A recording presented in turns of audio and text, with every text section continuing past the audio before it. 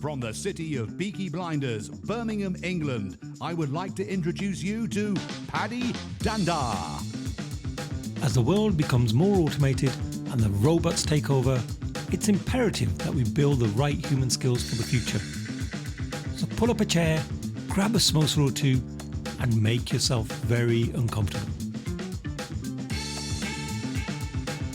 So, Maria, I would love to know which superpower you would like to bring to the table on this particular episode. Let's see. I would like to talk about the value-based leadership thing. I really feel like we're in a period of complete realignment. And the words that we keep hearing out there, and every time I'm on a professional social media platform, everybody has a new word. It's the great resignation, it's the great recalibration, the great this, the great that, the great whatever. What we're really all talking about, and this is my superpower because I can help people discern this, is that we are in a massive reset, not only as professionals, but as human beings. And it goes back into value-based leadership because the things that we tolerated before, we will not tolerate anymore. So my superpower is helping people see this and see what it is that they need to change either in their current state, where they are in their organization, or in their own lives, and most likely in both areas, to be perfectly honest. So I feel like right now, this is the thing that is my superpower that I can give to people, for sure. I often hear the word leadership, or when others have spoken to me about leadership, they always assume it's someone else. Mm-hmm. Are we referring here to every one of us, or is it those people that are in privileged positions in those senior management roles? So I think there's leaders with the capital L that people perceive. So it's your leadership group, whatever, at your company, your leadership at church, your leadership in your politics, whatever it is. Then there are the people who lead others just by simply moving them. They don't have a title, but they are leaders. They may emerge as leaders, maybe not C-suite, but in between, somewhere in between, in middle management or senior management, rather than the actual leadership team of the C-suite leadership team of a company. There are many different types of leaders in the world. So if you influence other people to do, be, or have better, you are a leader. And so if you are part of a team and you may not have that manager title or that leadership title, but you are moving people to do, be, and have more, you're a leader, period. So it can happen in an organization, it could happen in your community, it could happen we see leaders on social media. Influencers are actually, technically, they're leaders. So leaders can be found in almost every area of our society, for sure.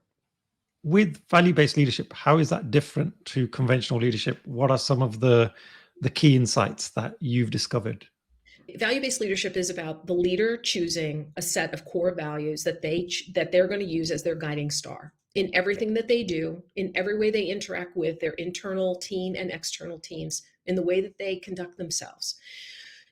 The caveat here is that it's important for people to understand that everybody has a different meaning. They'll attach a different meaning. Integrity means one thing to one person and another to another. So collaboration means one thing. It's so funny. I actually just did a training where it was about collaboration and people were like, well, they're not listening to me. Well, collaboration doesn't necessarily mean that every thought that you have is included. It means that it is heard, right? And it is taken in, but it doesn't mean everything is assimilated. So it is about clarifying what all these values are and having your team operate in those same sets of values. And in many cases, the team can actually help you create that if they want to, because there's a leader's values and then there's the team's values and how they're going to operate. So if you're going to operate in integrity, or let's just say, let me use something that is very common that I always try to get people to include in their values, which is kindness. If kindness is one of your highest values, then you don't yell at your vendors. You don't. If kindness is your value, then you treat each other with dignity and respect. If kindness is your value, you make that part of your everyday and what you're doing with each other and how you're engaging with each other every single day.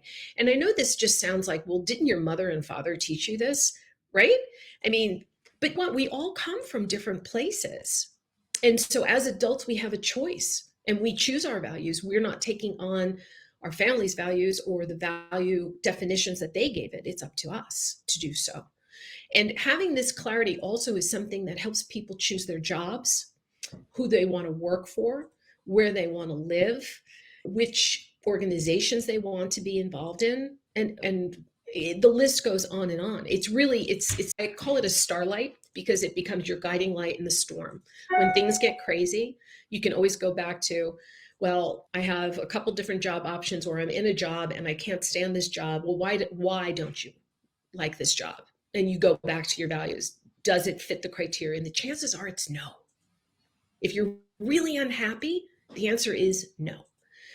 But to get down to, then what do you need in the next job? And are you going to find it here beyond the qualifications, beyond the actual tasks and duties, all of this stuff? And it's really important. So the world is going through this entire realignment. We are a big part of choosing what the new paradigm of business looks like, what the new paradigm of leadership looks like, inclusion. All of these things are bubbling right up to the surface for this very reason. I was going to say, it sounds like it's very much about sort of self-reflecting and looking inward. So are there particular tools, techniques that you have listed in the book or that you would recommend in terms of how you discover what those values are and which ones should be the most important ones?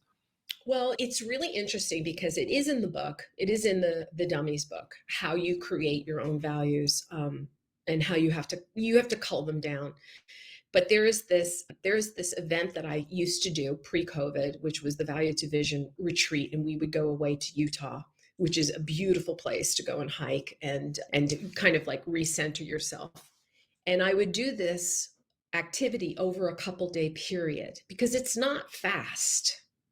It's not fast. It requires a lot of thought and a lot of consideration and what you will and will not take with you. And I will say that you can use the book, go and do it, but just realize it takes time for you to really narrow it down and to really figure out what is the most important to you. Because if I said to you right now, Patty, choose 3 of your highest values, you could say, well, tell me what you would say. What are your most important values in your life?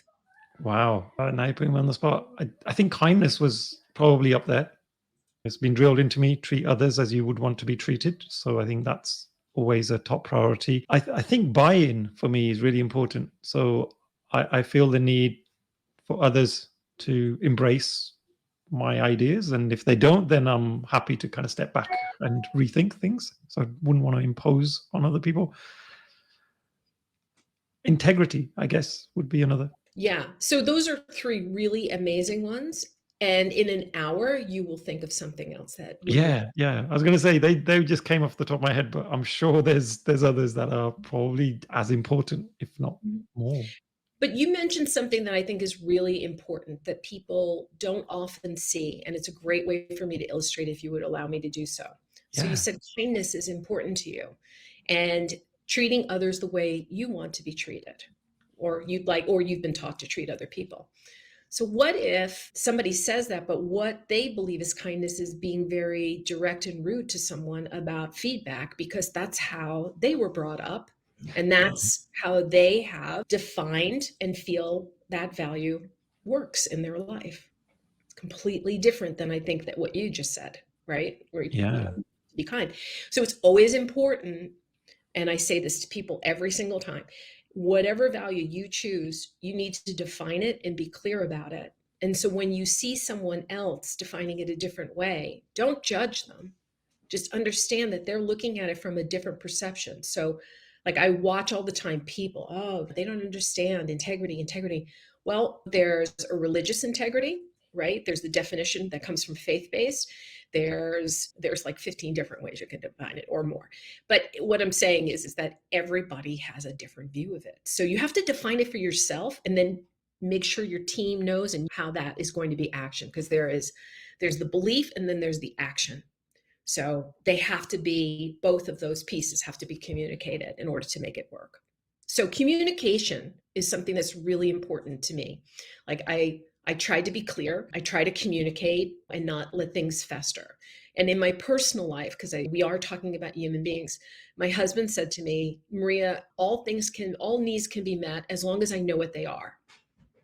just tell me what they are. And we have lived by that rule that we will do that with each other because we believe that communication is really important to the health and well-being of our relationship. And so that's how we define communication between the two of us. Doesn't mean it's always going to be yes, but it can be addressed. Got it.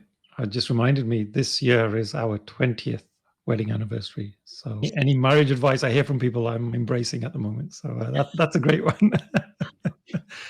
So Maria, you mentioned earlier about you love some of the research, some of the science that goes into some of these approaches. Could you share some of the research that you conducted as part of writing this particular book, or even any other recent research that would help our listeners get better insights into leadership? Yeah, let me go forward, because the work that I've done recently on resilience and gratitude are really important. They're really big tools in value-based leadership. So in order to be, like, when I look at the pillars, like there's about 8 pillars in value-based leadership that creates that person. They overlap mostly with what it's like to be a resilient human being as well. Gratitude and forgiveness are big parts of it. So let me put that in the context of business. And this is really important. People are very afraid to make mistakes, especially nowadays as we're working remote. Nobody wants to jeopardize that. They want to be able to have their autonomy. There's a lot. It's a very loaded issue, the whole work from home evolution that has occurred over the past couple of years. But just in general, even in a live environment, people don't want to make mistakes. They don't want to be wrong. And more importantly, they don't want to be shamed. So using these tools and helping people to use forgiveness as a way of, as a teaching tool rather than a punitive tool, is really important. I don't think we ever really look at leadership as needing to be forgiving and understanding that people are human and that they make mistakes, and that they're more loyal to you when you can say, oh, you did, oh, don't worry about it. Look, let's just fix it and let's move on. And later we'll talk about what the learning moments were for this. But right now, just fix it and don't get crazy about it. I can remember I had a mistake that my team member had made. Like, we were given specific instructions. Do not do this. Do not do this one thing, right? We had a product that we were rolling out, and it was a specific feature. Do not do this on this product. And she went and she did it, and she made a mistake, and she realized her mistake. And she's like, Maria, I don't know what I'm going to do. And I said to her, okay, like, what can we fix? Like, let's do immediate repair. So we figured out what we could do, what we couldn't do, and we could only repair about half of it.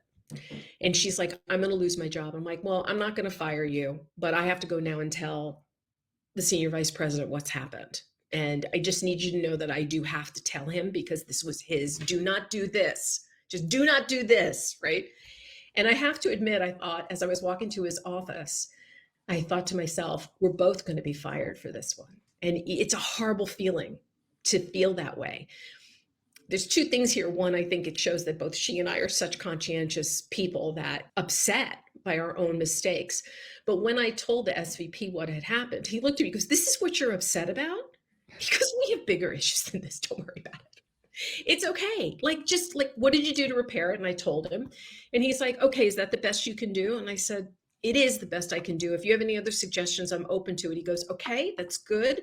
He goes, we're good, Maria. Just let this go. There's so much else going on. This is not that big a deal. Let it go. We'll talk later. And my biggest takeaway was that, to have somebody give that to me and to her, because she was terrified, and to just move on and just to forgive people and say stuff happens, and not micromanage them the next time. It's super important. It builds loyalty. It builds a resilience to be able to come back from adversity. It builds confidence in another individual. These are really important things. And sometimes we don't do that in business. We really just slam people. And I have a lot of clients who tell me, they're like, I'm terrified that I'm going to get fired because I'm not perfect. I'm not doing things the right way. And so this is a lot of the research that I've been doing on retention and resilience. And it really comes down to us having the tools to build our own resilience within ourselves, within a situation, and then sharing those tools with other people. Oh, I love that. I was going to say that really embraces and encourages psychological safety in a team, because otherwise, if you're going to get punished for these sort of mistakes, then people just won't do anything above and beyond their regular process, the regular duties, the regular responsibilities.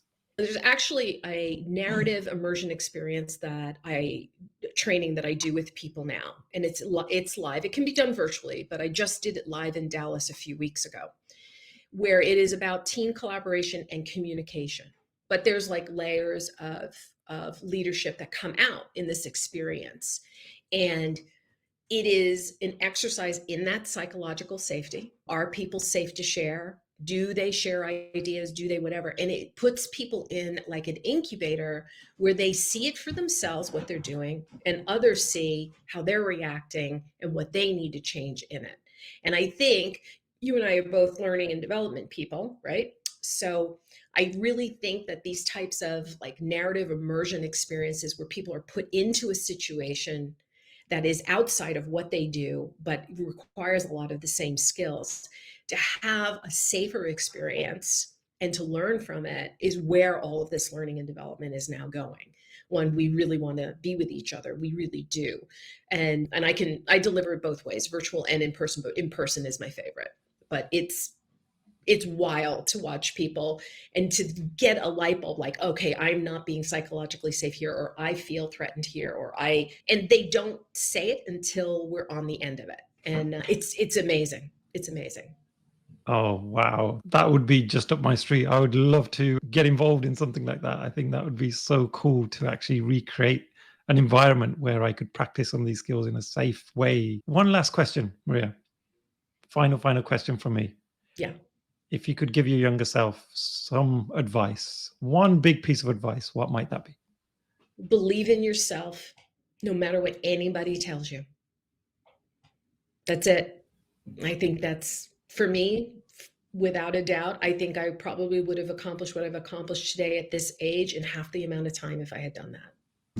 Oh, brilliant. What a lovely way to finish off. So thank you so much, Maria. It's been really enjoyable speaking to you. And I can't wait to find out more about some of the workshops you run.